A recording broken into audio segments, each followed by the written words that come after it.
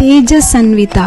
तेजसन्विता, भगवान के शरीर से हमेशा तेज निकलता है, उन्हें कोई आर्टिफिशियल लाइट की ज़रूरत नहीं है। जैसे भगवत गीता के 15वें अध्याय में भगवान खुद कहते हैं, ना तद भाषयते सूर्यो ना शशांको ना पावका, मुझे चंद्र की, सूर्य की, फायर की, अग्नि की, किसी की भी ज़रूरत नहीं है मेरे धाम में।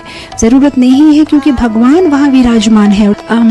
भगवान जो कौस्तुभ मणि पहनते हैं, वो कौस्तुभ मणि में से इतनी लाइट आती है कि कहा गया है कि एक कौस्तुभ मणि 1 करोड़ सूर्य से भी ज़्यादा प्रकाश देता है।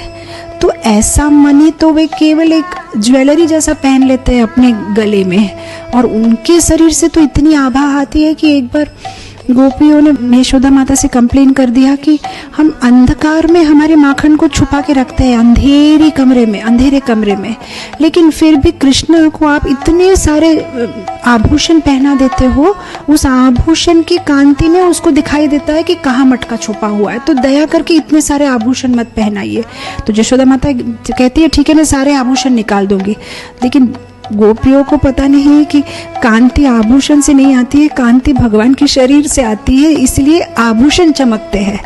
तो उतने उनकी शरीर से जो है तेज निकलता है।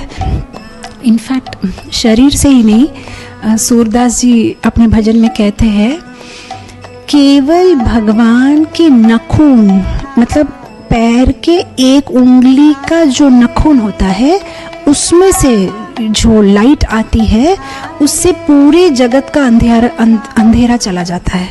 That is so sweet.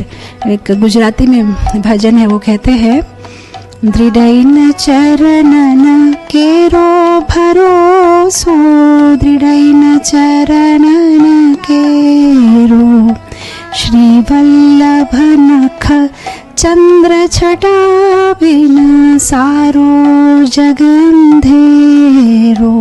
Shri Vallabh नख चंद्र छटा, उनका जो नख है, नखों के में से जो प्रकाश निकलता है, उससे सारा जग में उजियारा आ जाता है। ऐसे है हमारे श्री वल्लभ माने हमारे प्रिय माने ठाकुर जी। तो ऐसा है भगवान का गुण तेजसन्विता।